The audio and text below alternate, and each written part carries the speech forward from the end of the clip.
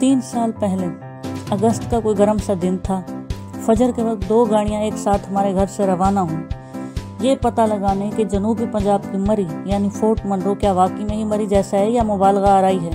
अब्बू को बड़ी मुश्किल से राज़ी किया, क्योंकि इनका कहना था कि वहाँ ख़तरनाक कबायली लोग हैं, अगवा के किस्से वगैरह सुनाए। लेकिन हम मुतमईन थे कि ज़रबे अभी तो हुआ है। मजबूरन अब्बू को हथियार डालने पड़े, लेकिन जीना हमारा फोर्ट मनरो पहुंचने तक हर तरह से हराम करने की कोशिश अब्बू ने जारी रखी। मसलन सड़क खराब हुई, थोड़ा सा रास्ता, तो भाई से कहने लगे, बस उल्लू के पट्टे, मुझे पता था रास्ता खराब होगा, कार रोको, मुझे प्यास लगी। कम वक्तों ने गर्मी में जलील किया हुआ है।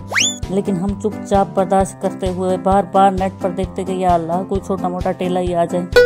डीजी खां क्रॉस किया तो अब्बू को नहीं फिक्र, अब तो वीरानी आ रही है, पेट्रोल खत्म हो गया तो कहाँ मरोगे, पहले टैंकी फुल कराओ। हमारी गाड़ी कुछ देर नजरों से ओझल क्या हुई, छोटे भाई को काल मिला दी और बेनक सुना दी, शर्म नहीं है तुम लोगों में, कोई हादसा हो जाता है एहसास नहीं है, उल्लू के पट्टे रुक जाओ जहाँ भी हो। हम सब बेकरार कि किसी तरह कोई पहाड़ नजर आ जाए और अब्बू के अताब से बच सकें। खुदा खुदा करके मटियाले से पहाड़ शुरू हुए। मैंने फौरन इशारा किया अपनी गाड़ी से, अब्बू को विक्ट्री का निशान बनाया। अब्बू जरा सा खामोश हुए और हम कुछ एक्साइटेड थे। फिर एतराज आ गया, अगर ये जनूबी पंजाब की मरी है तो ना हिंजारो गर्मी क्यों है फिर। हमने फिर से सर पकड़ लिया और कहा, अब्बू जी फोर्ट मनरो नहीं आया अभी। मजीद आगे जाने के बाद सफ़र कुछ मुश्किल से रास्ते पर आ गया। पतली सी सड़क, ऊंची नीची और चढ़ाइयाँ।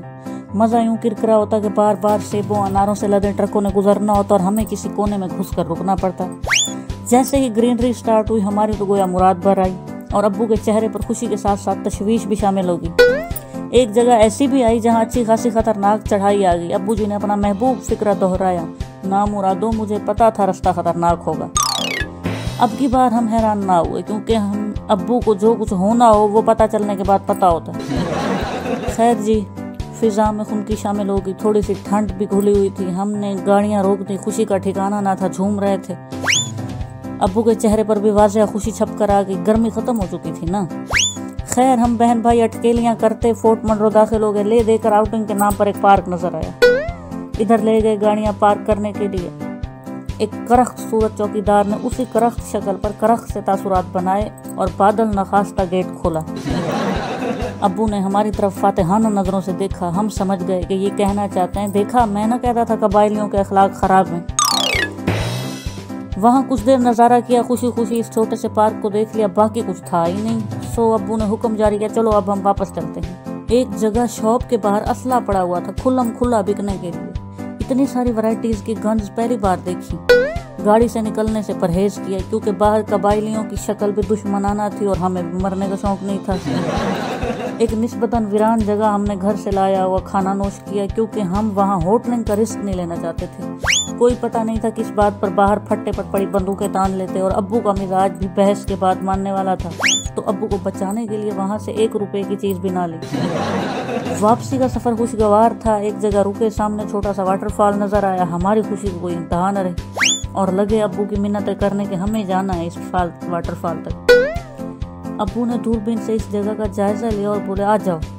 अम्मी लाख रोकती रही, बच्चों के साथ बच्चे ना बनो, खतरनाक इलाका है, लेकिन अब्बू का बच्चा हमारे साथ रवाना हो चुका था। गिरते पड़ते 20-15 मिनट में चश्मे पर पहुंच गए। खुशी के मारे वहीं से अम्मी को हाथ हिलाकर अपनी कामयाबी दिखाई, पानी पिया ठंडा।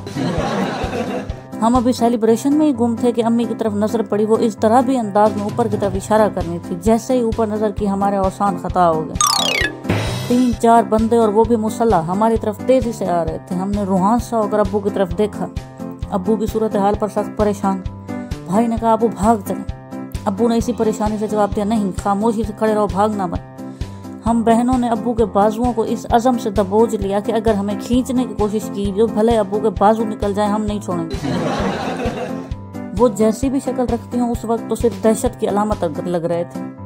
आए, हमको देखा, चुपचाप जाके चश्मे से पानी पिया, मुँह हाथ धोया और इसी दहशत को कायम रखते हुए चले गए। हमारे रुके हुए सांस बहाल हुए, हम वापस अपनी गाड़ियों की तरफ रवाना हो गए, जहाँ अम्मी शदीद गुस्से की हालत में बरस पड़ी। अब्बू खसियाते हुए बोले, बस करो बेगम, बुरा सोचने में तो तुम वैसे ही माहिर हो। मैंने चंद बेढंगे से पत्थर उठा लिए निशानी के तौर पर, जो यहाँ भी बेढंगे ही रहे। जो मर्जी कर लिया, रंग रोगन लिस्टर सब लगा कर देख लिया। उल्टा एक अरसे तक मामुओं और कजनों को यकीन दिलाती रही कि ये फोर्ट मनरो के पत्थर हैं, और वो लोग बज़िद कि नहीं, तुमने बाहर हमारी सड़क से उठाए। बहरहाल सफ़र यादगार रहा, और फोर्ट मनरो मरी तो नहीं, अलबत्ता मरी की दूर पड़ेगी कज़न ज़रूर साबित हुई।